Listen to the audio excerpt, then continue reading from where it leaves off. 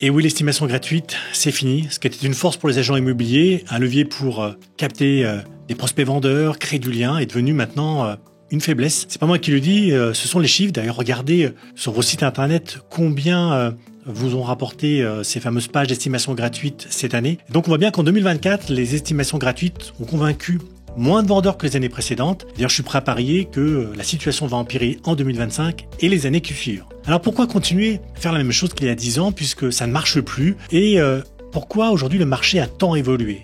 Et surtout, c'est quoi la solution et comment ensuite on va faire pour vendre notre expertise? C'est ce qu'on va voir tout de suite. Mais avant de commencer, je viens de finir un atelier entièrement gratuit qui s'intitule « Comment faire de ma prospection une habitude qui rapporte ». J'aborde les perspectives de la prospection pour 2025 et les 10 années qui suivent. Et donc, si vous en avez assez de distribuer du flyer ou faire de la pige, eh bien cet atelier, il est fait pour vous. Donc pour le regarder, c'est simple, il suffit de cliquer sur le premier lien qui se trouve en description, vous rentrez votre email et je vous l'envoie de suite. L'argument de l'estimation gratuite donc est dépassé, mais attendez, il s'est passé quoi exactement? Je veux dire, tout le monde fait ça. L'estimation gratuite, c'est quasiment la base du métier d'agent immobilier. Moi, quand j'ai démarré il y a 30 ans, c'était notre principal argument de vente. Alors, pourquoi aujourd'hui, c'est plus le cas? J'ai beaucoup réfléchi à la question et je pense qu'il y a plusieurs raisons pour expliquer la situation qu'on vit actuellement. La première des raisons, c'est que déjà, l'accès à l'information s'est démocratisé. Aujourd'hui, avec Internet, les gens sont beaucoup mieux informés qu'avant. D'ailleurs, un propriétaire qui veut estimer, il a l'embarras du choix. La solution la plus courante, c'est d'aller consulter un outil d'estimation en ligne ou encore de demander à ChatGPT qui peut aussi aller chercher l'information sur Internet. Alors oui, ok, vous et moi, on sait que c'est loin d'être parfait, mais ça n'empêche pas les proprios de faire confiance à ces outils. Et vu que les algorithmes en plus s'améliorent tout le temps, ça leur donne une bonne idée de la valeur de leur maison ou de leur appartement. Mais il peut aussi aller plus loin, il peut aller jeter un œil aux chiffres sur la base des notaires ou fouiller dans la base de données foncières qui est ouverte au public. Bref, désolé de vous l'annoncer, mais c'est vrai que le monopole des agents immobiliers sur l'information, c'est terminé. Quand un propriétaire vous contacte, généralement 9 fois sur 10, il a déjà fait sa propre estimation dans son coin. La deuxième raison, c'est que la vraie gratuité n'existe pas. D'ailleurs, le concept d'estimation gratuite, alors je sais, j'arrête tout de suite, c'est vrai qu'on dit plus estimation apparemment, on parle d'avis de valeur, mais bon, dans ma démonstration, et puis vu que moi j'ai commencé dans les années 90, on va dire que je vais garder le mot estimation, mais vous avez compris le concept. Donc, le concept d'estimation gratuite pose problème parce que justement, les propriétaires ne sont pas dupes et ils savent très bien que rien n'est gratuit. Aujourd'hui, plus personne ne croit à la vraie gratuité, et puis d'ailleurs, quand un service est gratuit, on comprend tout ce qu'il y a généralement une contrepartie, un prêt à payer. Mais un prix caché, et ce prix caché, c'est la donnée, ou encore la peur de se faire harceler suite à une estimation. Donc quand vous faites une estimation, même si ça ne donne rien, vous recueillez des données qui vous serviront ensuite pour d'autres estimations. Sauf que les propriétaires, ils s'en rendent compte et ils sont un peu plus réticents aujourd'hui à vous solliciter lors d'une estimation. Et parfois, ils vont préférer rester sur l'estimation de l'outil en ligne. Au passage, vous dévalorisez aussi votre expertise. Oui, si vous donnez votre service gratuitement, c'est quelque part, il n'est pas si bien que ça, ou que ça nécessite pas non plus un gros job de votre côté. En tout cas, c'est ce que vont penser vos prospects. La troisième raison, c'est que toute estimation a des coûts cachés. Je vous ai parlé du prix caché d'estimation gratuite pour les propriétaires, mais pour les conseillers immobiliers aussi, il y a des coûts cachés, et ils sont considérables. D'abord, vous vous retrouvez face à des propriétaires qui cumulent les avis de professionnels et qui finissent par ne plus savoir combien vaut réellement leur bien, ce qui souvent donne d'ailleurs des mandats invendables. Ensuite, vous perdez l'avantage du positionnement, on va dire premium. Vu qu'il est gratuit, votre service ne peut pas avoir un impact fort parce que ça pose un problème de perception de la valeur et en effet, on a tendance à penser que plus un produit ou un service est peu cher et moins il a de la valeur. Quatrième raison, c'est que la gratuité est un cercle vicieux. Ce qu'il faut savoir, c'est que la gratuité, c'est le début d'un cercle vicieux dont généralement il est très difficile de sortir. Alors quel cercle vicieux?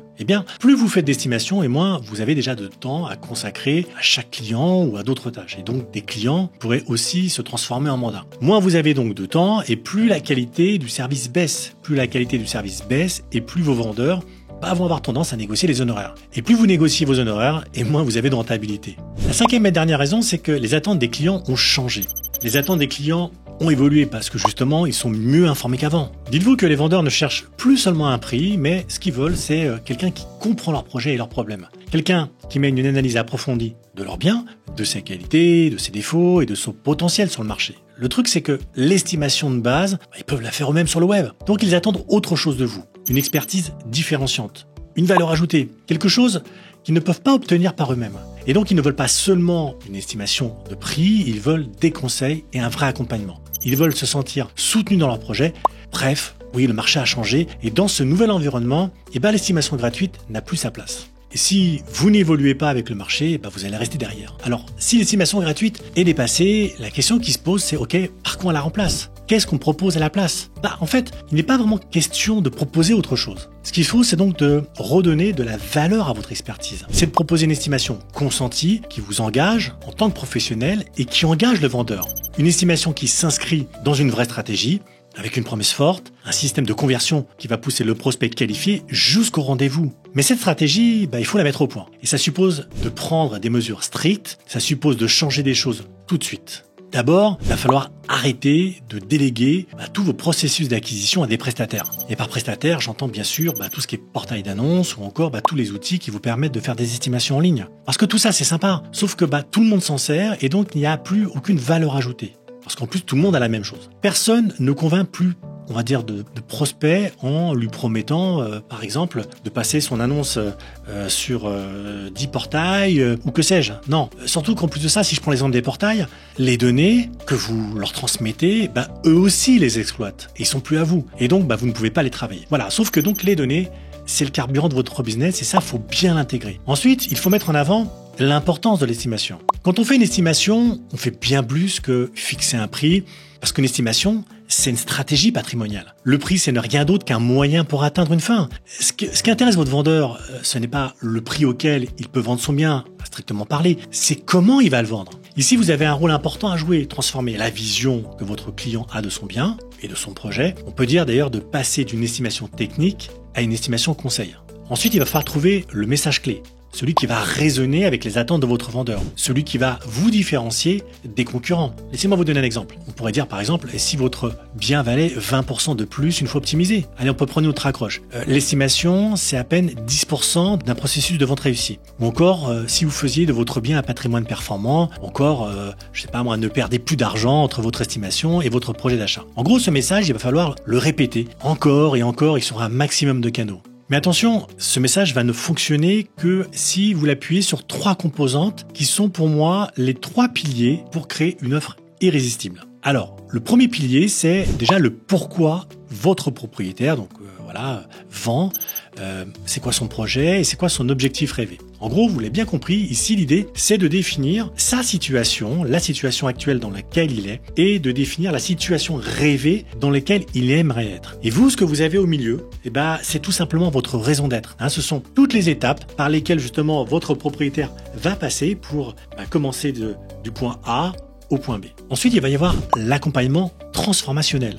C'est le fait de changer donc la vision qu'a votre vendeur de son bien et de son projet au niveau de la transaction, si je prends l'exemple de la transaction. Et donc, il va falloir le faire passer de simple propriétaire-vendeur à celui de vendeur éclairé. En gros, l'idée, c'est de lui proposer un plan concret pour optimiser son bien, lui montrer une projection financière détaillée, en gros, lui expliquer toutes les étapes par lesquelles il va passer, qui sont nécessaires pour arriver à atteindre l'objectif. Et du coup, on a un propriétaire qui est beaucoup plus impliqué dans son projet et respectueux aussi des tâches que vous faites. Le troisième pilier, c'est l'engagement de résultats, et celui-là, il est assez simple à comprendre puisque ce sont, bien sûr, c'est la capacité de montrer des objectifs chiffrés, un calendrier d'actions précises, des garanties concrètes pour renforcer la confiance. Et donc, une fois que vous avez tous ces éléments, il va falloir ensuite donner la preuve par l'exemple. Ce que j'entends par preuve, c'est souvent des preuves sociales. Alors là, pour le coup, vous pouvez vous appuyer sur des ventes que vous avez déjà réalisées ou, les utiliser pour montrer l'efficacité de votre approche. Et pour ça, vous pouvez prendre, des études de cas de transformation réussie, comme je vous en parlais, d'avoir des témoignages de clients convaincus et bien sûr des résultats chiffrés avant et après. Par exemple, cette maison valait 150 000 € lors d'estimation, mais une fois que mes optimisations ont été implémentées, son prix est passé à 170 000.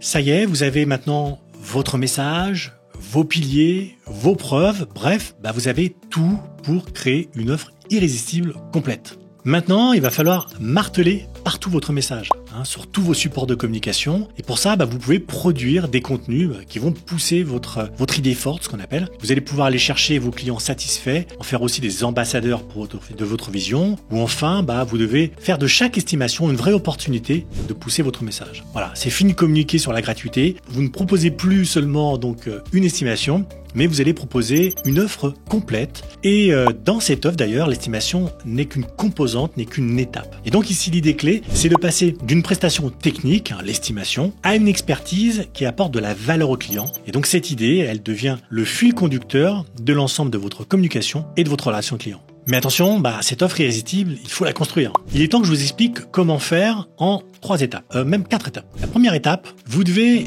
premièrement identifier votre cible. Ça, c'est extrêmement important puisque votre cible regroupe les gens qui ont, les moyens de payer pour votre expertise, mais aussi les profils de propriétaires qui vous passionnent. Ça peut être par exemple, des propriétaires de maisons bourgeoises, en quête d'optimisation fiscale, ou encore des familles avec un projet d'achat-revente, etc. La deuxième chose, c'est que vous allez devoir identifier les besoins non résolus de vos prospects. Posez-vous des questions sur ce que veulent vraiment vos prospects. Quelles sont leurs frustrations, les questions d'ailleurs qu'on ne leur pose jamais, quels sont les vrais problèmes qui se cachent derrière des formules bateaux comme je veux vendre ou je suis pas pressé, et puis les opportunités qui sont systématiquement manquées. Essayez d'identifier vraiment les fausses croyances qui les empêchent d'avancer. Et là-dessus, j'ai un bel exemple, c'est je ne peux pas acheter un nouveau bien car j'ai besoin de vendre avant d'acheter. Mais moi, je connais des gens qui, après avoir vendu, ont dû prendre une location faute d'avoir trouvé rapidement leur nouveau logement. Du coup, je préfère attendre. La troisième chose, c'est que vous devez casser les croyances limitantes. Vous savez, ces croyances limitantes, ce sont un peu comme des boulets qu'on traîne et qui freinent les projets des propriétaires en imposant des limites psychologiques là où il ne devrait pas y en avoir. Par exemple, je dois vendre vite, le prix du marché est le prix exact. Tous les conseillers immobiliers font la même chose. L'estimation est forcément gratuite. J'en ai même une dernière. Je sais que si vous prenez l'exclusivité, le but, ça va être de mettre de côté et puis je vais me retrouver acculé parce que vous allez rien faire. Et donc, si vous voulez vendre votre offre, ces croyances, il va falloir les casser. Il faut les faire disparaître. Il faut donner à vos prospects une vision différente de leur projet, plus sereine, plus rassurante. Et donc, pour casser ces croyances, c'est assez simple. Vous avez besoin pour ça d'une offre unique. Une offre d'ailleurs que personne ne pourra copier. Par exemple, je veux que les propriétaires comprennent que je ne vends pas une exclusivité, je vends une promesse dans laquelle je m'engage à donner ça ou je m'engage à apporter ça. La quatrième chose, ensuite, ça va être de bâtir une idée forte. Présentez-vous comme un expert sur votre secteur. Pour ça, vous allez trouver une grande idée, vous construisez un message fort, vous faites une promesse unique et puis vous allez la répéter tous les jours. Enfin, posez-vous cette question. Qu'est-ce que vous souhaitez que les gens retiennent de vous? Le cinquième point, c'est que et oui, j'en avais oublié un, c'est que vous devez créer votre propre méthode. Ici, vous allez mettre sur pied une méthode unique qui ne sera rien qu'à vous. Une méthodologie avec un nom, une structuration claire, avec des étapes claires. Je vais vous donner un exemple. Vous voyez, la méthode valeur, donc qui est un acronyme, qui pourrait être le V pour valorisation stratégique, le A pour analyse du potentiel, le L pour le levier, le E pour l'étude de marché, le U pour l'urbanisme et le R pour la recommandation d'action. En tout cas, vous voyez l'idée, c'est de pouvoir poser un nom sur ce papier cadeau qui contient votre offre. La sixième chose, c'est que vous allez ensuite construire votre offre irrésistible. Et donc l'idée ici, c'est de combiner tous les éléments pour construire une offre complète, ce qu'on appelle un package, qui intègre toute la valeur ajoutée que vous apportez, diagnostic approfondi, rapport stratégique, plan d'optimisation, accompagnement personnalisé, etc., etc. Et ensuite, on va donc fixer un prix, un tarif. Et ce qu'on veut aujourd'hui, c'est avoir un positionnement fort sur le prix, un positionnement qui correspond à la valeur de l'offre, avec toutes les options et les niveaux de service. Et ce qui est important justement dans cette offre, c'est qu'à partir du moment où vous arrivez à montrer que votre offre a plus de valeur que la concurrence, la focalisation va plus se faire sur le prix, mais plutôt sur le contenu. Et donc, on va par la suite consolider cette confiance et donc on va les rassurer avec des engagements ou avec des garanties. Et donc, on va mettre en place des éléments différenciants comme les bonus, des gains complémentaires. Je vais vous donner un exemple très simple. Je veux que les propriétaires comprennent qu'on peut vendre et acheter en même temps simplement sans passer par l'étape de la location. C'est ce que je vends dans mon offre qui va s'appeler par exemple valeur, si je reprends l'exemple de tout à l'heure, dans laquelle je m'engage à donner ceci ou cela ou à apporter ceci ou cela. Ensuite, ce qu'il va falloir, c'est que vous devez commercialiser votre offre. Et donc, à ce stade, il est temps que votre offre vole de ses propres ailes. Parce que si vous avez une belle offre, mais que vous la gardez pour vous, malheureusement, ça va pas servir à grand chose. Et donc, pour ça, on va lui donner un petit coup de pouce. Ici, on va plutôt aller chercher des leviers marketing pour diffuser l'offre. Donc, on va utiliser le storytelling pour raconter une histoire ou générer de l'engagement. On va utiliser des supports de présentation différents pour justement renforcer la visibilité. Ça peut être sur du flyer qui ramène sur une page web ou une page web tout simplement. Et puis, un processus de vente clair et bien présenté, avec des objections auxquelles vous répondez une par une, la fameuse preuve sociale avec des cas clients, des témoignages. En bref, plutôt que de packager une estimation classique, on va l'intégrer à une offre complète et c'est ça l'idée, justement, qu'on a conçue pour résoudre les problèmes de la cible. Comme ça, l'estimation, ce n'est plus une démonstration de ce que vous savez faire, mais c'est un service que vous rendez gratuitement. C'est une partie intégrante de votre proposition de valeur et de votre expertise. Bon, ce que je vous propose, c'est de résumer tout ça. En gros, c'est quoi? L'estimation gratuite, aujourd'hui, on sait qu'elle est dépassée. Elle ne convertit plus. La seule chance de vendre votre expertise, c'est donc de redonner de la valeur à votre estimation. Et donc, pour ça, il faut l'intégrer dans une offre globale. Il faut proposer une estimation consentie qui vous engage, vous en tant que professionnel, et bien sûr qui engage votre vendeur. Cette offre, il faut la bâtir point par point en fonction d'une cible précise et de besoins non résolus, en cassant les croyances limitantes, en construisant une idée forte, en créant une méthodologie propriétaire, en fixant un tarif irrésistible et en la commercialisant. Et donc ça, c'est la clé pour réussir à vendre votre expertise, pendant que vos concurrents, eux, continuent à promettre des estimations gratuites. Je vous rappelle que vous pouvez regarder mon atelier gratuit qui s'intitule « Comment faire de ma prospection une habitude ?» qui rapporte, où j'aborde justement des perspectives de la prospection pour 2025 et les années qui suivent. Pour la regarder, il suffit de cliquer sur le premier lien qui se trouve en description, vous rentrez votre email et je vous l'envoie dans la foulée.